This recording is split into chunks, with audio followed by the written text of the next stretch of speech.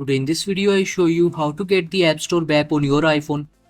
The first thing you can do is go to App Library and tap on search bar.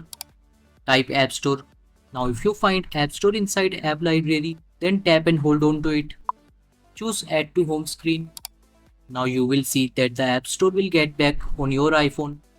Now if you don't find App Store inside App Library, then find Settings app and open it. Scroll down to find Screen Time.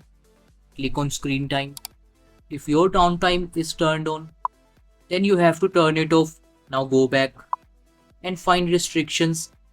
Open Content and Privacy Restrictions. Click on iTunes and App Store Purchases. Now open Installing Apps and select Allow. Now you can see if I go back, App Store will get back on iPhone home screen. So this is how you can get the App Store back on your iPhone. Thank you for watching this video. Please like this video and subscribe to my channel for more interesting videos like this.